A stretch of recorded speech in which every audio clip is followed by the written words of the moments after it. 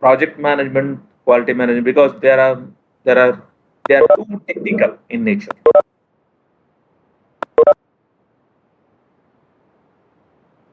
Okay, so shall we start? Yes, sir. So I'm sharing my PPT.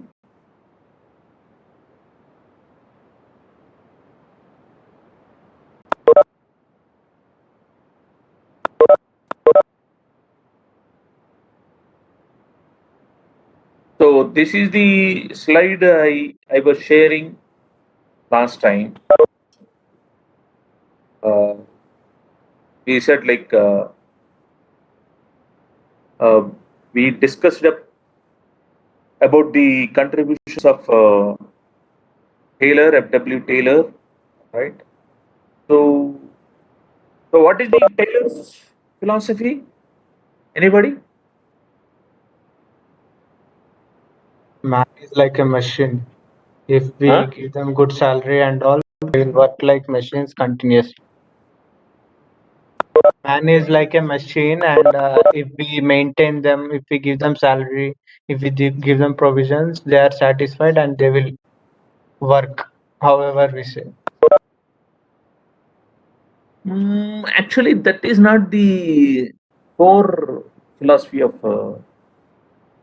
Uh, See, what he said is he assumed that if you connect the amount of work with the amount of money, they will work. That is good. Over and above that, what is the real contribution of Taylor?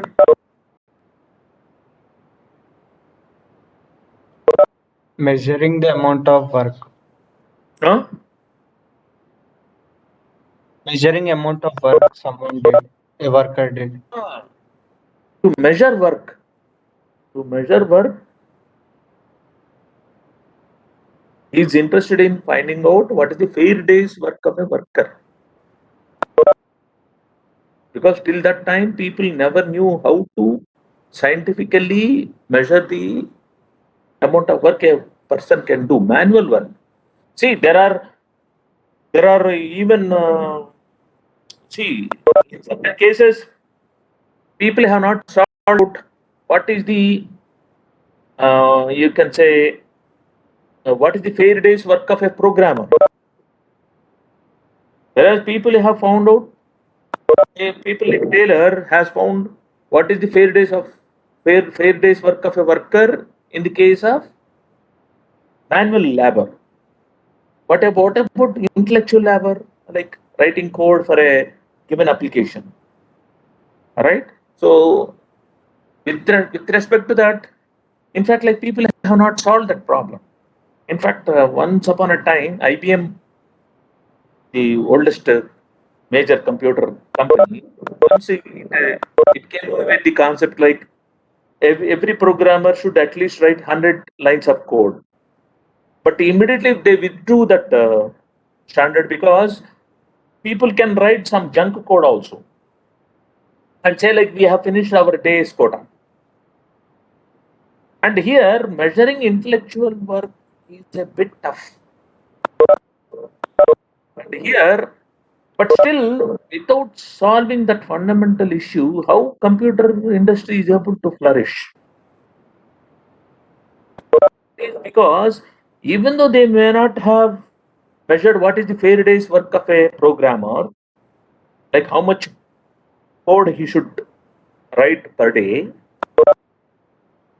but still computer industry is thriving. All right. Why? Because they have one very good advantage over mechanical arts like mechanical engineering.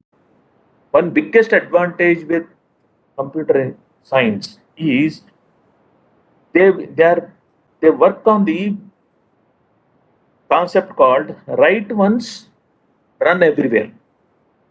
That means they need that write code for every app they are creating. Like for example, if you take WhatsApp app, the founders of WhatsApp have written only once that code, and once in a while they send the patches. That's all. So, but that app is being run by in so many cell phones across the entire world.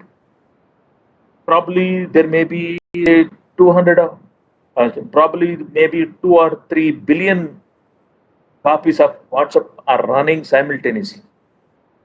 But for all of them, they have written only once. And it can be run everywhere. Whereas that is not that kind of luxury we don't have in mechanical engineering. If we have designed a new product like say this Dell laptop, which I am using for lecture, each Dell laptop has to be produced for the number of times it has to be with the people. Like if 1 lakh people are going to use your Dell Latitude, then every time you have to buy the components, assemble them as per the given configuration, and run it. So to assemble a laptop, you have to use Taylor's scientific principle to find out what is the standard time you take to assemble a laptop. Say for example, using innovative assembly methods like moving assembly line, Henry Ford has reduced the assembly time of a T model black in color car from 12 hours to 90 minutes, 1.5 hours, right? And why? Because for every car that is being produced, you have to compulsorily use that 90 minutes of assembly time.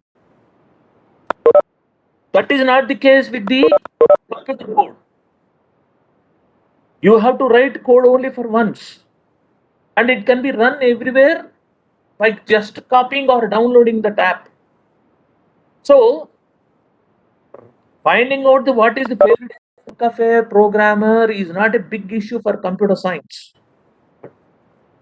For what is the favorite day's work of a worker and how to evolve more and more efficient ways of producing any given entity is very, very critically important for mechanical engineering.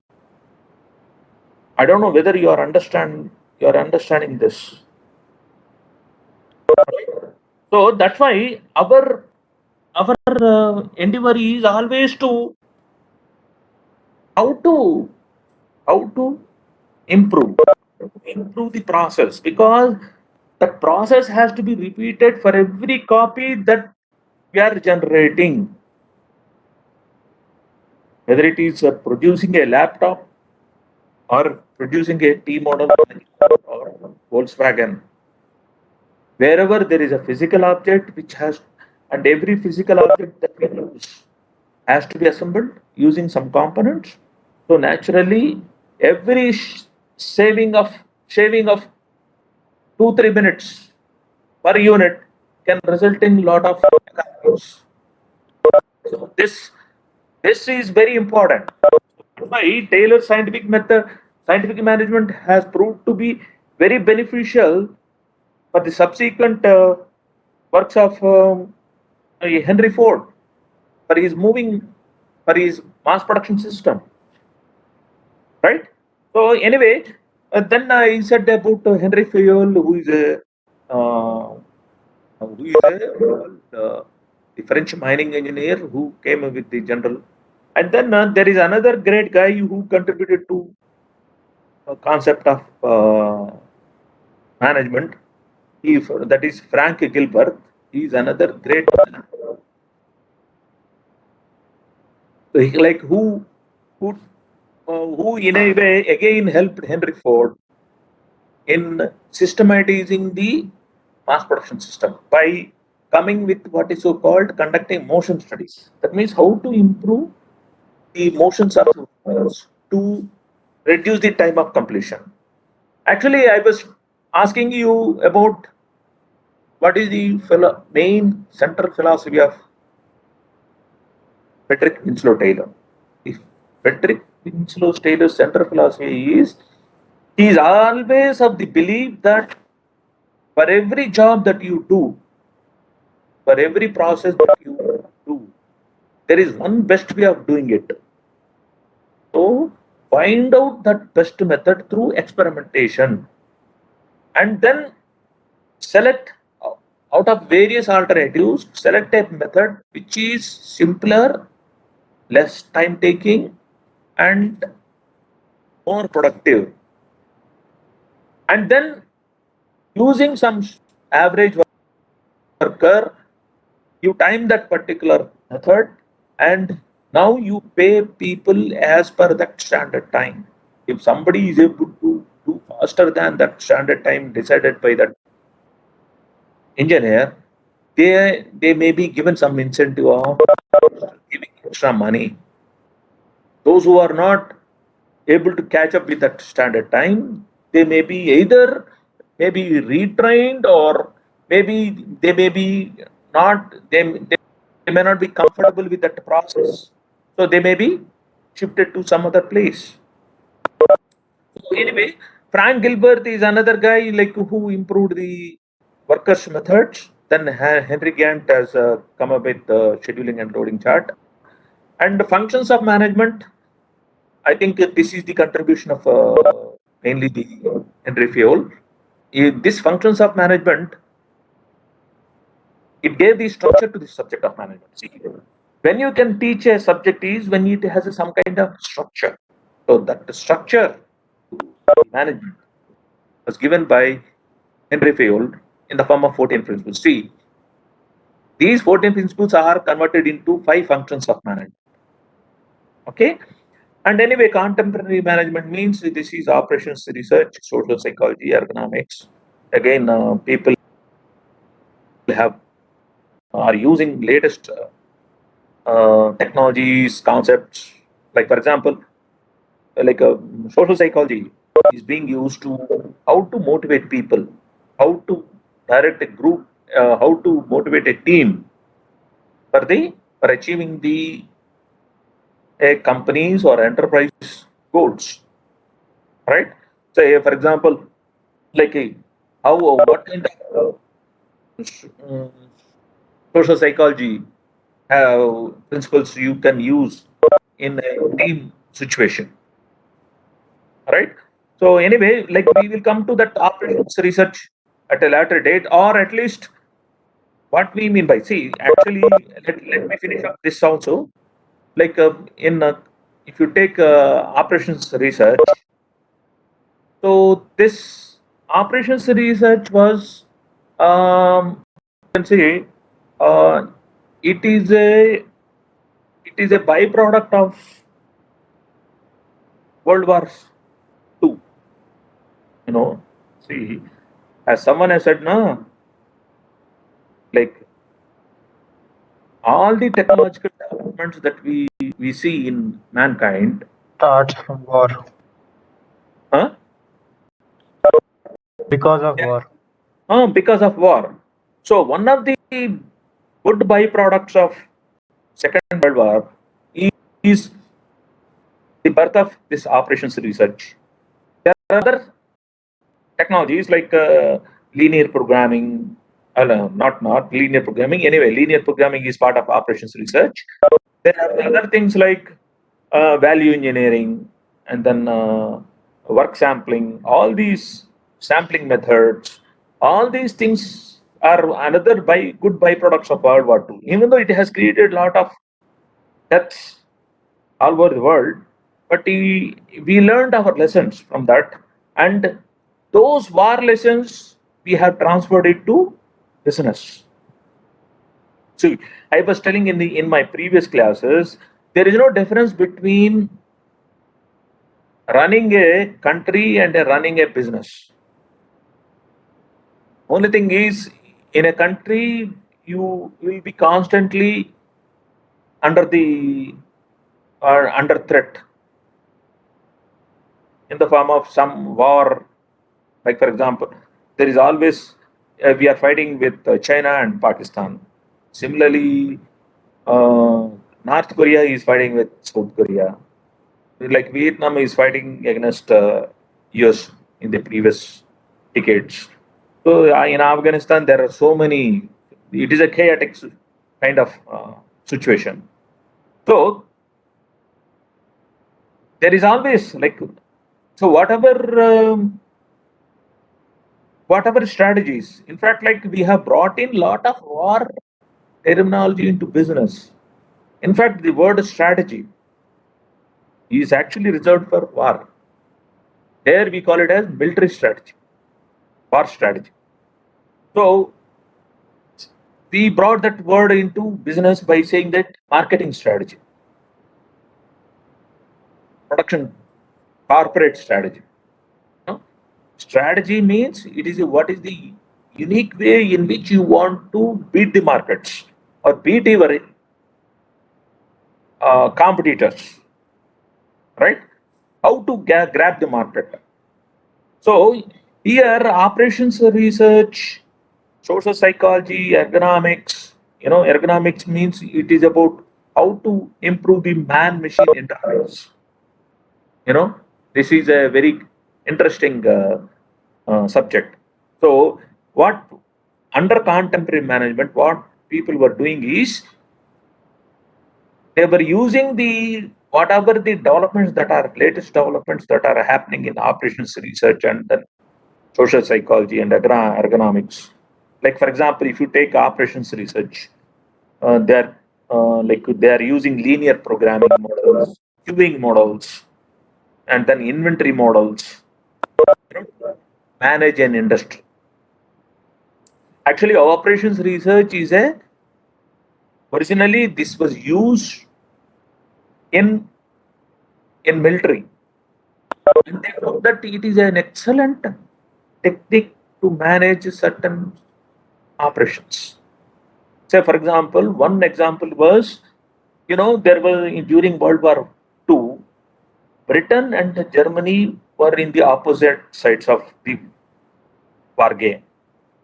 So, in fact, Germans were bombarding London with a lot of bombing. And so certain people in UK, they gathered together and found like how to beat the German planes, how to prevent, identify German planes before they come and bomb the London and other important business districts. So they have come up with a very beautiful team called PMS Blackett Circus. So this PMS Blackett is one of the Nobel laureates. He took the initiative and then he formed a team to find out how they can optimally scan the skies of Britain so that they can identify German plane before it reaches, say, reaches the coast of what you call Britain.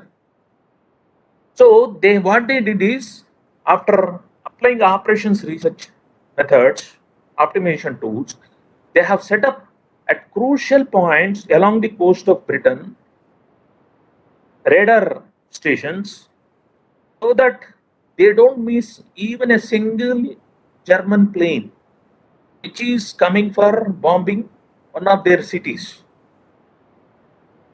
So the entire operations went so beautifully. In fact, Germans were thinking like, what is that ghost that Britain people have released to identify their planes? Because Germans were not having that radar technology. They are not even aware that there is a kind of technology, radar, which can identify objects which are far away from that place. So, after seeing the success of Operations Research Group, which helped the military to effectively tackle these bombardment from Germans, people started using the same operation research tools to improve their productivity in the business operations using the same mathematical models that they have used to identify the optimal locations of the radar stations, right? So that is how, like, what we mean by contemporary management means you use some mathematical optimization techniques.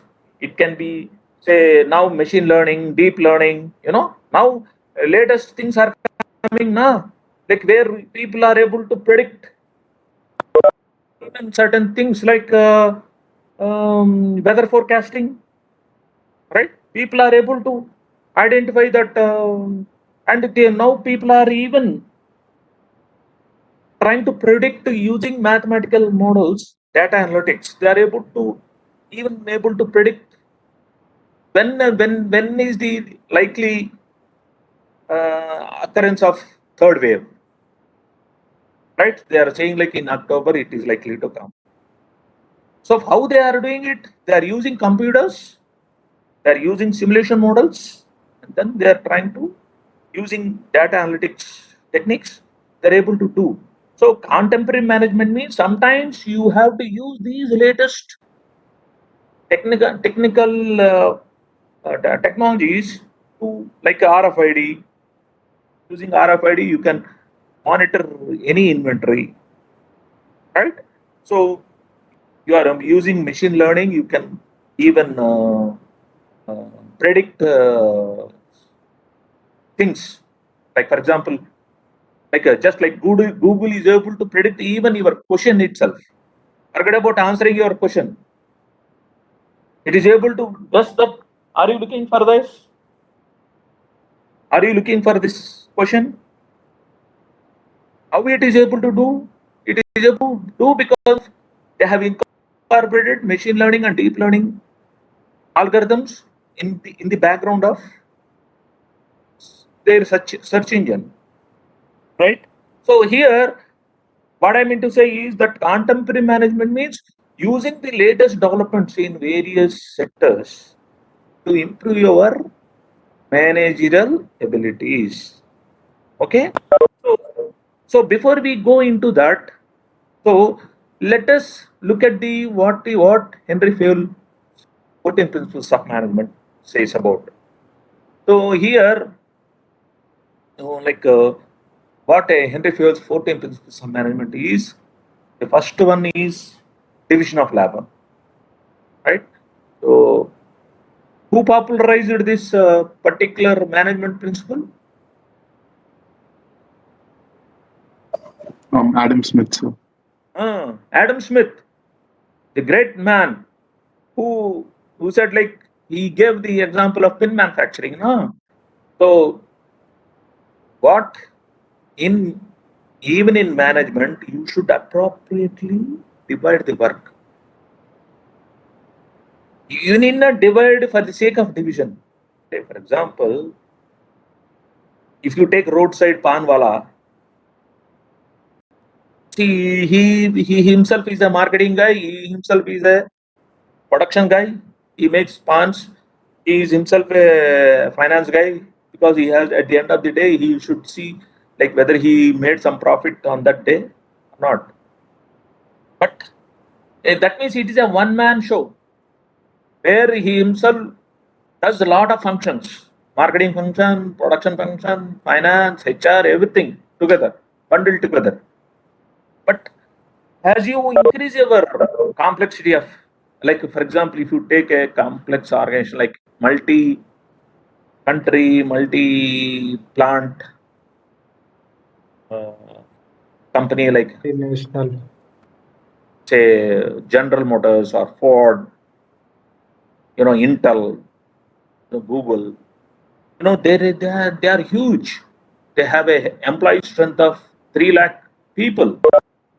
On all these people, they have in lakhs only employees.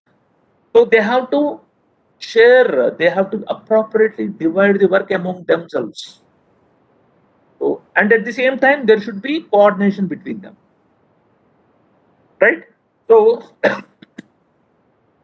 So you have to appropriately divide the work, rationalize the work, because you can't do everything. But Adam Smith said, like you have to appropriately divide the work. So that is why the concept of departmentation has come in organizations. Like there is a mechanical engineering department, there is a computer science, there is a so for each discipline there is a department, and at the same time there is a coordination also between the departments. There is a coordination. The coordination function is done by Senate, which is the highest academic body. Even though we have divided work, but at the same time we should not end up working at cross purpose. There should be some kind of guidance for us to so that we do our job, which will enhance the enterprise's goals and objectives. And another principle that Henry Fayol gave is, he said, like, authority and responsibility should be commensurate to each other. That means authority means it is power to act. It is the power to act. That means if I ask director that I want 1 lakh rupees for an equipment, director has the authority to sanction that money, right? Based on say my head's recommendation. Even head doesn't have the authority to sanction money. Only so there is a financial authority. There is a personal authority. Like for example, my fate of whether I'm going to get next promotion or not, it is based on the director has the authority to conduct interviews and then oversee the selection process, right? So, and at the same time, director has equal responsibility about the well-being of the institution. Like, so he should see that the organization is running well, right? So, at my level, I have the responsibility of conducting these classes properly. It is my responsibility whether I'm teaching whether I'm doing my duty or not, whether I'm taking regularly classes or not, whether I am taking interest in your teaching or improve your learning process. So what Henry Fayol said is authority and responsibility should be clearly defined. People should not say, like, in case of crisis, they should not escape. They can't give some excuses. See, most of the time now, like if there is an accident on the road, two police stations might either fight for that case, or they say like it is your case. I don't know. So that's why that haziness has come, because there is no clear cut organization manual which defines clearly cut, which gives a clear cut instruction say that who is responsible for what kind of work. And at the same time here, whereas you can delegate your authority. Say for example, now director says any purchases which are below 25,000, head of the department is authorized to purchase without taking explicit permission from the director. So director has delegated part of his authority to his subordinate, that is head of the department, right? But whereas director, he cannot delegate his overall responsibility of the institution. No one can delegate responsibility.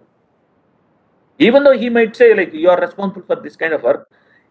Suppose if the board of governors or the Ministry of Education, if it asks certain things, like why you have not done like this, director, he can't say like my head did that way, because the responsibility cannot be delegated. So whereas authority can be delegated. So all these issues were discussed by Henry Fayol, and so similarly, like he discussed about discipline, like that means, ah, You are telling that authority can be transferred or a part of authority can be transferred, but not responsibility, right? yes, yes, yes, yes.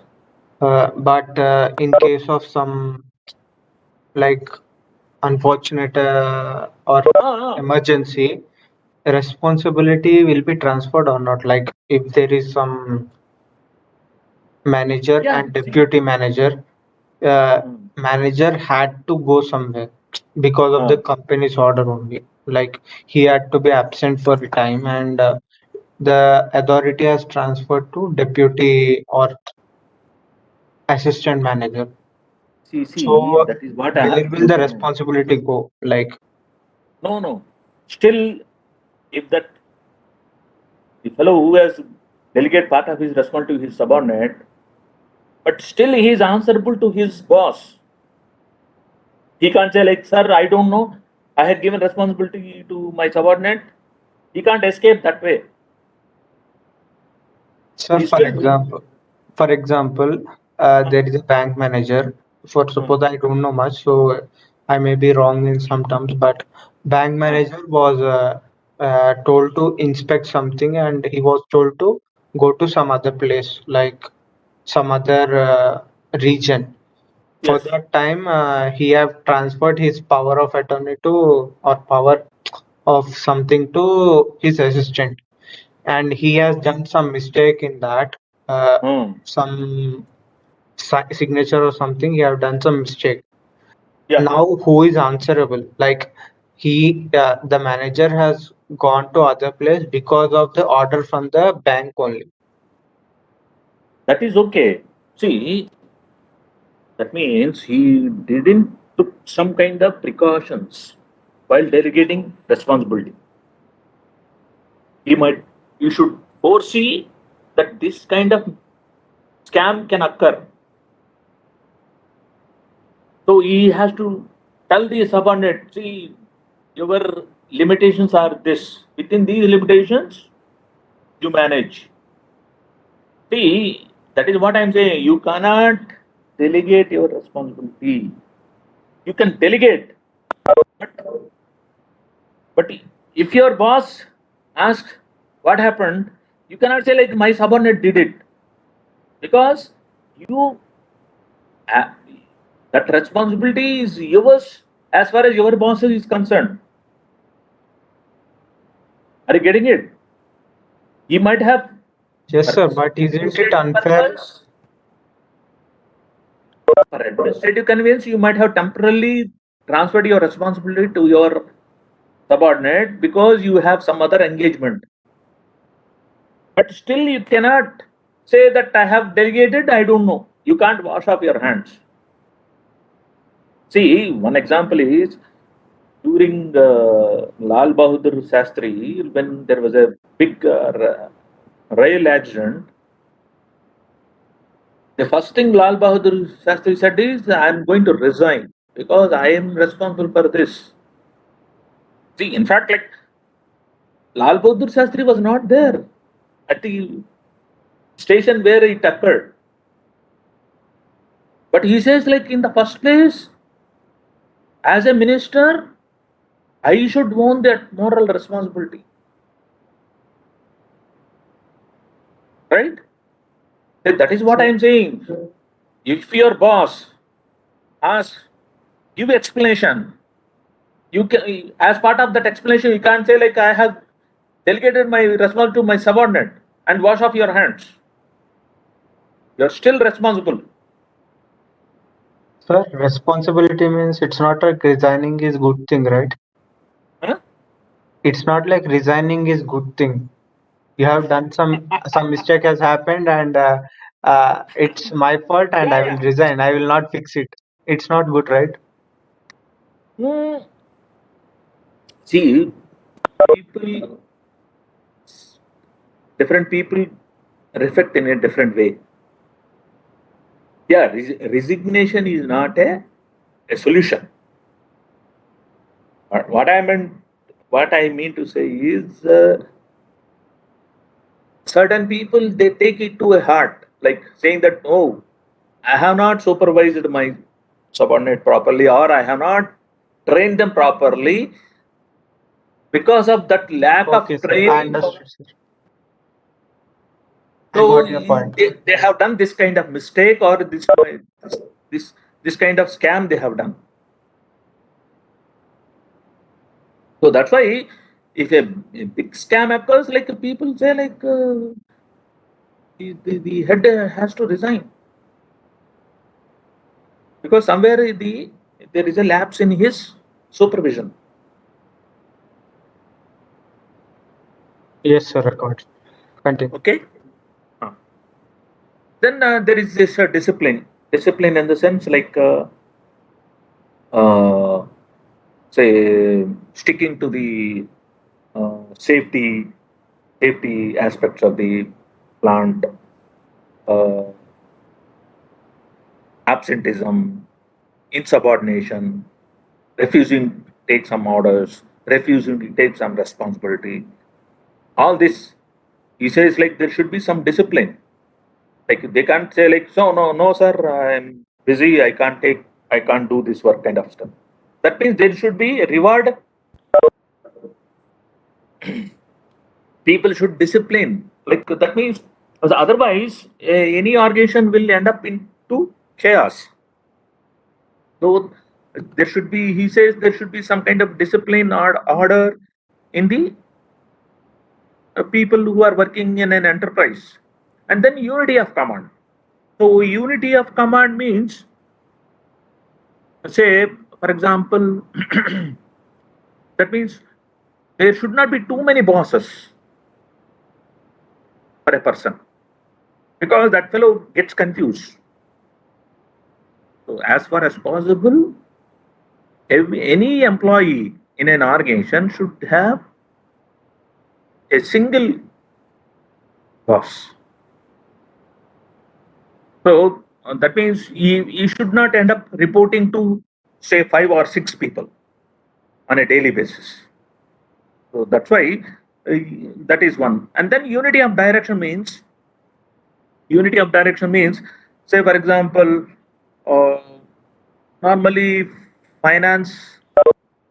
See, normally there are major, in any enterprise, particularly in manufacturing, there are 4 major departments. What are they? Marketing, finance, production, R&D. Maybe in certain organizations, if the organization is too big, you have HR, human resource department. So, like for example, all these departments, finance, marketing, and then production, R&D, and then HR. All these departments, they should work with you with a common goal. But in real life, in real enterprises, sometimes these departments may be working at cross purpose.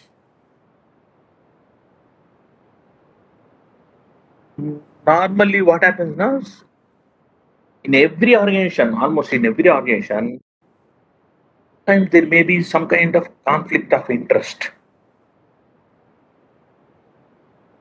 Conflict of interest can come where, like, people try to maximize their individual gain at the cost of institutional gain. Say, for example, normally two departments, they normally fight with each other in most of the organizations. Those are marketing department and production department. Why they normally end up fighting with each other is, if you take production department normally, they are their performance is analyzed based on how cheaply they are producing the goods, given goods. Cheaply in the sense, like with minimum cost. not producing shoddy product, but cheaply means how efficiently they are producing. So normally production guys, they don't like variety. Their role model is Henry Ford. See, Henry Ford, he initially he produced only T model, that too black in color. It is a very simplified production system. You can run the entire plant on a autopilot because there is no variety to handle. That too, even color also there is no choice for the customer. Whereas if you take marketing people, Henry Ford could do it during his time, but now for an assembled product, you can't operate that way nowadays. People are looking for variety. They want a unique product which is different from their nearest neighbor because they want to express their status, personality through the kind of goods they are buying. Right? So, like if a neighbor buys uh, a Fortuner, you will buy, you try to show off your status. You might end up buying Rolls Royce or Mercedes Benz. Or if your neighbor has a Rolls Royce, then you want to buy some a different configuration of Rolls Royce. So people are now looking for variety. See, mass production system works only now at the component level, like, and not at the product level nowadays. Say at component level means like producing hard disks of a 1 terabyte hard disk. It is now done on a mass production level. Chips, spark plugs for a motorcycle. All these are mass produced, but at the product level, automatically people look for variety. So they want. That's why now we have what is so called modular design approach to increase the variety. So what is happening in is whereas production guy likes to have, say for example, even in the assembled product also, like after 100 years, Ratan Tata tried to replicate T model story in India by coming with that so-called people's car like Tata Nano. But anyway, unfortunately, it failed. That is a different story why it failed. But it is an attempt worth its salt because he showed to the people that India can do it, right? At a mass production level. Unfortunately, it is a failed product because of various other reasons also, right? So we will not go into why it failed. Probably people can search in Google on uh, study different case studies on Tata Nano why it failed as a product. But what I mean to say is, even for an assembled product, in certain products, mass production is still people are trying. Even though I said at component level, it is the version, but like as I said, normally these two departments, marketing and production guys, they fight each other.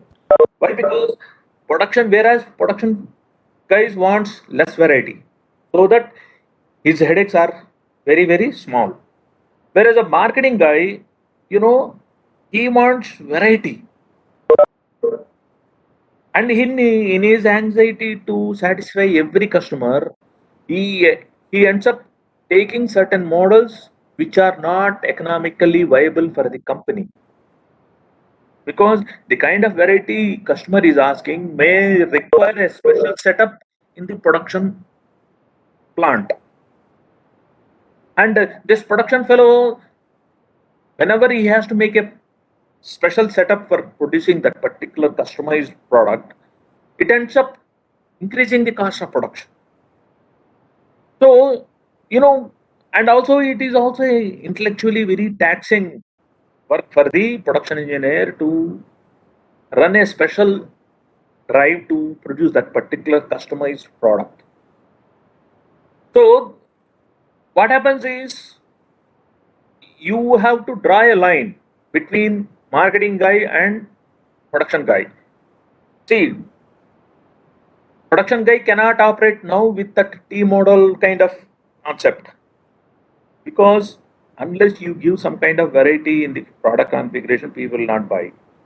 Similarly, marketing people also should be very cautious about offering customized solution to a customer.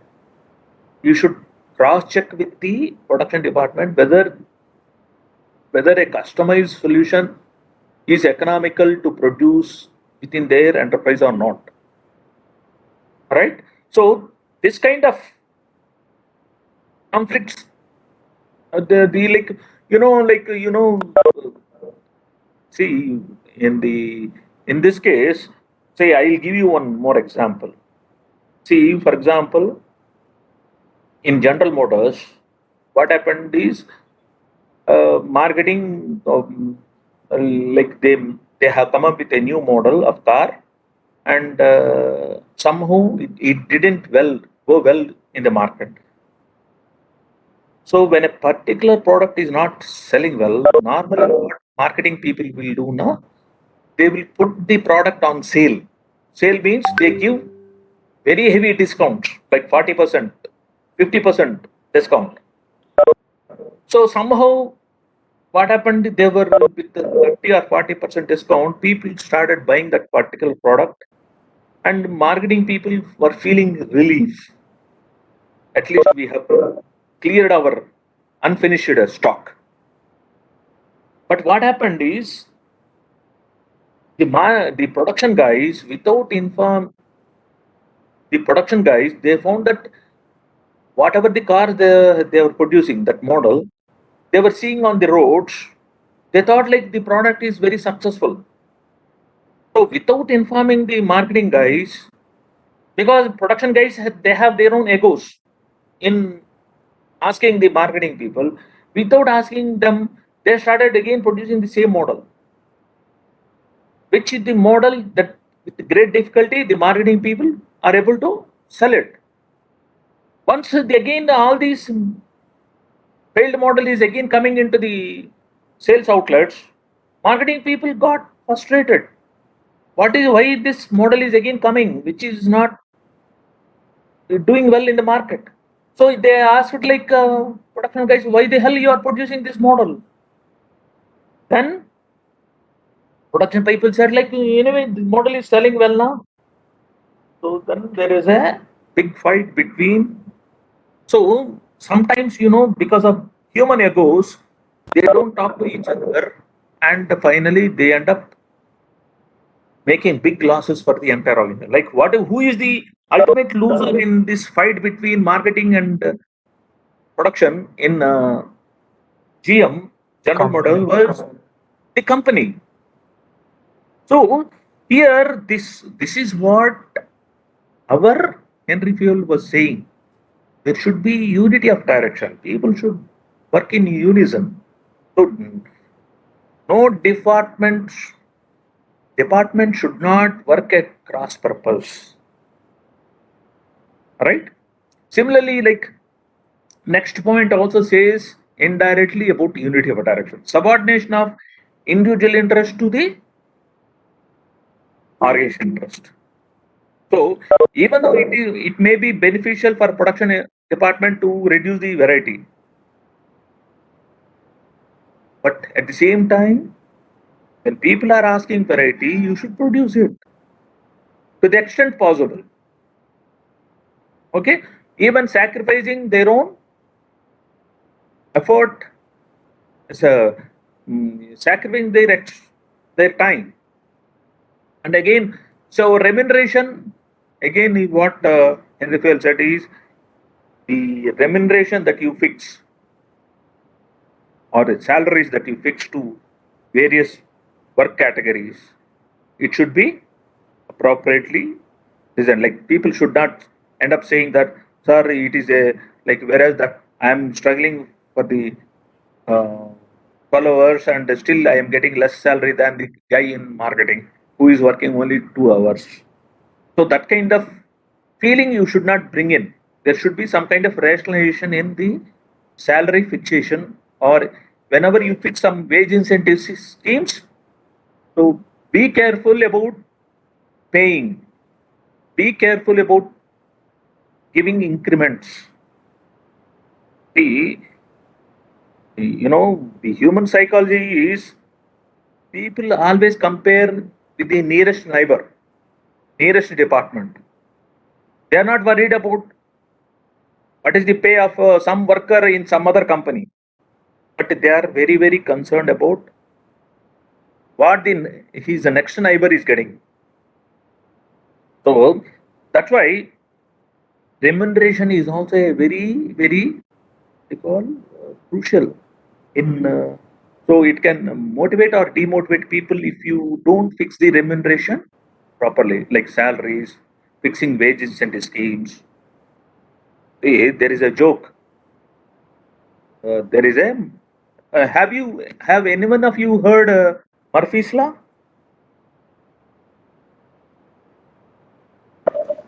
Yeah, yes, sir. What Murphy's Law says? It's basically like anything which can go wrong will go wrong ultimately. Yes, Something like that. yes. See, what Murphy said is, if a thing can go wrong, it will go wrong. It is a pessimistic law. So you cannot say that there is only 1 millionth chance for this thing to fail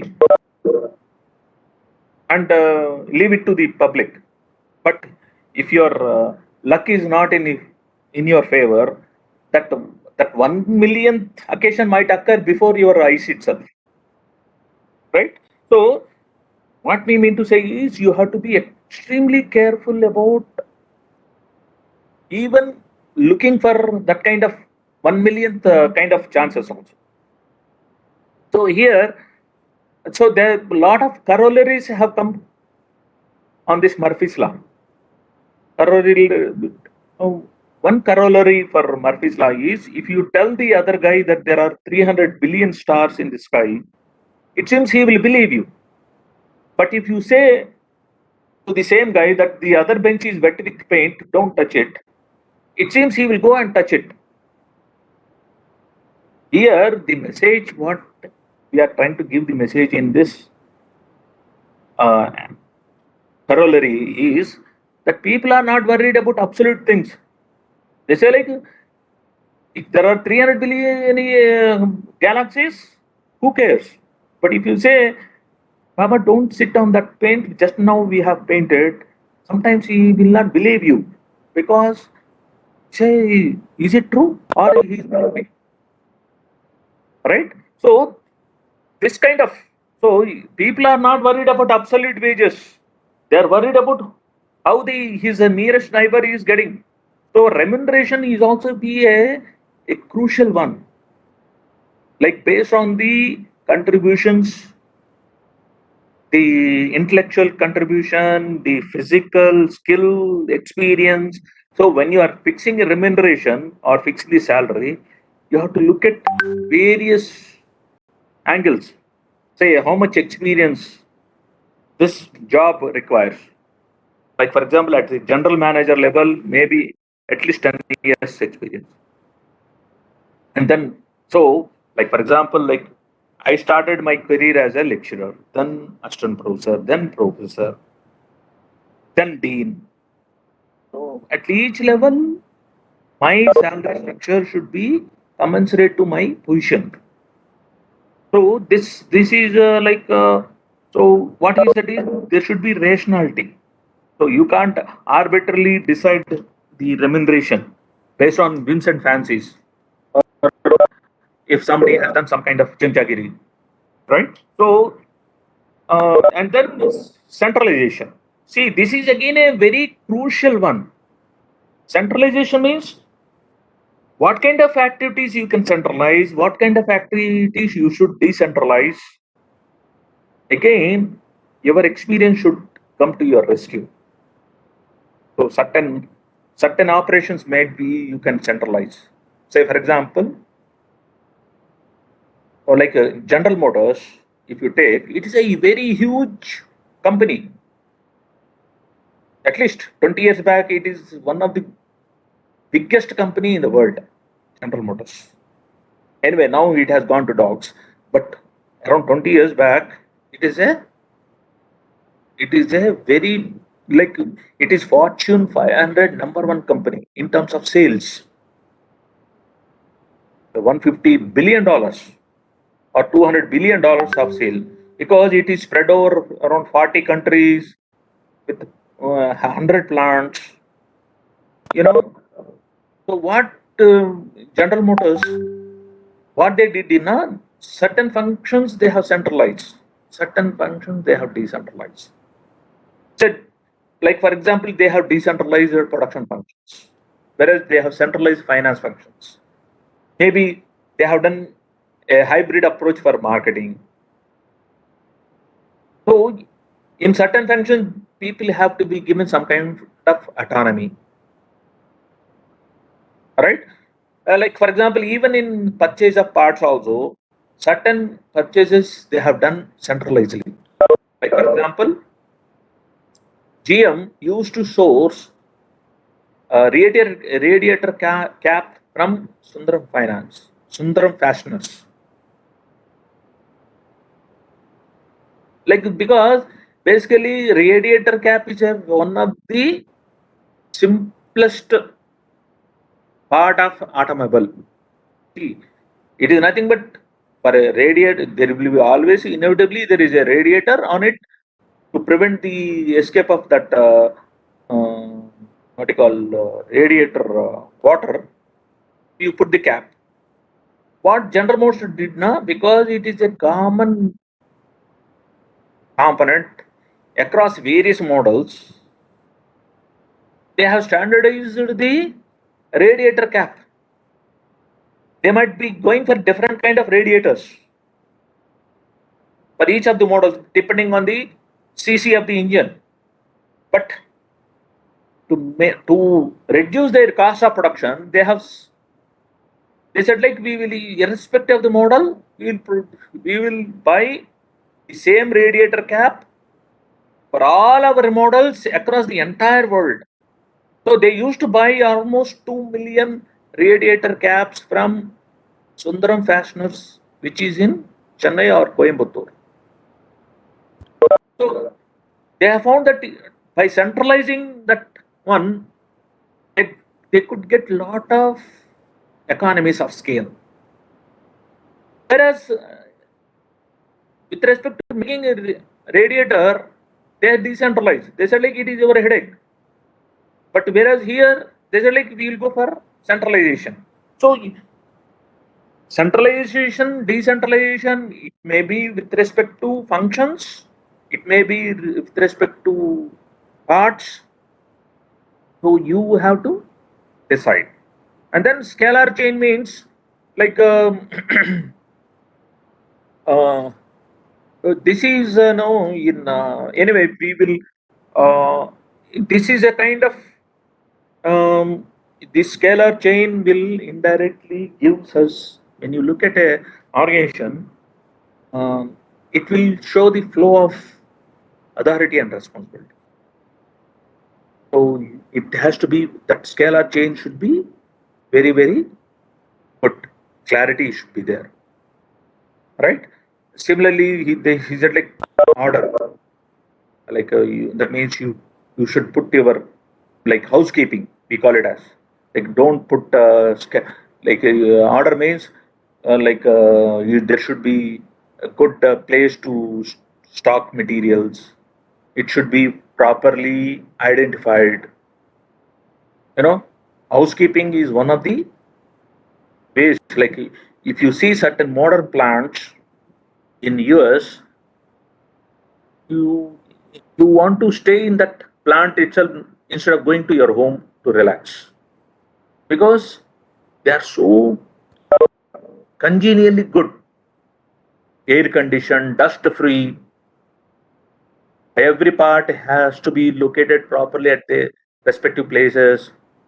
That is, order means there should be more amount of transparency, and you should able to locate whatever part you are looking for instantly, and you should not put the things clumsily. Every tool has to be identified with a unique barcode and place at which that can be fetched. So all these modern warehouses are properly, like if you take Amazon warehouse, it is so orderly, even though they may be selling crores of different products, but every product can be effectively tracked and tagged, because they have some kind of barcode or RFID code to track each and every part. So that is what we mean by order means, like everything in its place, properly placed. Equity means, like, say, when you are, don't encourage any nepotism or chimchagiri kind of stuff. Right? You should be objective in your assessment of your. There should not be any biases in your judgment. Right? And then stability.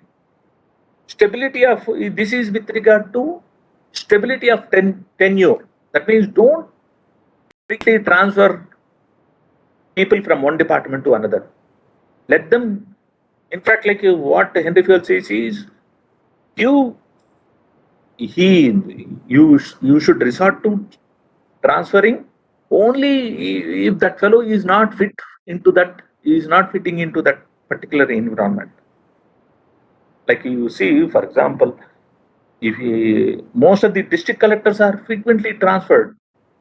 That's why there is no continuity in the administration. You want to see continuity in the administration, people should not be transferred so frequently, because otherwise the department becomes directionless. All right. So and then initiative. Sir, but if normally about the collectors transferring, if you know about India, right, and if one person stays on one location with lot of power, it will be like monarchy or something like. It's the reason, right? It will be like one man ruling everything. Overpowered. He will be overpowered, right? Not that way. Like, see, There is a reason for transferring also, like 5 years, I guess, because if one see, person stays, 4 or 5 years is okay. 4 or 5, but sometimes collectors hardly stays 1 year or 1.5 year, because he is not in the good looks of the local politician. okay, I didn't mean that. So frequent transfers is not a good sign. Right? At least there should be some stability of tenure. Say for example, there can be a good a general unwritten rule could be, if a collector is transferred to a particular district, let him be there for at least 3 years. Right? Unless he bungles something or he gets involved into some scam. Right? But otherwise, because when the collector feels that like whatever I do, I don't see its fruits, then there is no that emotional bondage, emotional attachment to that particular place. So that is what we mean by stability. Like, in fact, like we will talk about the stability issue in the subsequent chapters. And then initiative. Like, you should encourage people who take initiative, like offering suggestions on how to improve the organizational functions. That is, and then last one is esprit de corps. Esprit de corps means that is feeling proud about one's company. Like it indirectly reflects the morale of the people who are working for it. So people should be proud about one's company. Like this is actually very important principle. Every management should feel, particularly in the case of military campaign. Like see, for example, if you see Afghanistan, whatever the kind of contribution for the last 20 years that the Americans have done, it suddenly disappeared in just 1 week. Because most of the armed forces, Afghanistan armed forces, they just simply surrendered to the Taliban. That means what we are saying is that the esprit de corps of the Taliban, Afghanistan armed forces is very low. People, why why there is a low is because there are various factors. For example, the armed forces were not receiving their salaries for the past 4 or 5 months. Then the Americans suddenly they said like we are moving out, and they felt orphaned.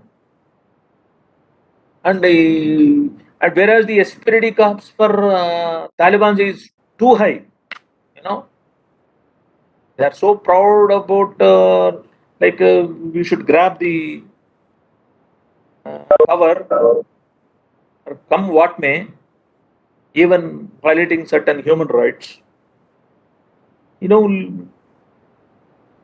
like the esprit de corps of Taliban is too high, whereas Afghanistan's armed forces is too low. They were not feeling proud about their being part of the government. In fact, the way Americans have abandoned them has hurted them. Armed forces, they are not ready to fight because now they are at the mercy of there is no, they neither money nor they are properly addressed on how to fight the Taliban. Anyway, there are so many factors. So these are the 14 principles of management given by Henry Fayol. So anyway, tomorrow what we will do is we will talk about functions of management tomorrow, and these ideas. This is what I said. Like this is a kind of this function. Talking about management in terms of its functions is nothing but giving like what constitutes the activities of a management activity. So anyway, tomorrow we will take up these functions of management tomorrow. Okay. So so tomorrow what we will start at around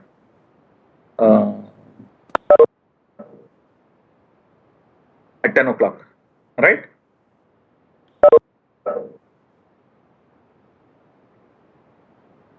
Any questions at this moment of time? Sir, in present industry, like in present generation, stability can be replaced.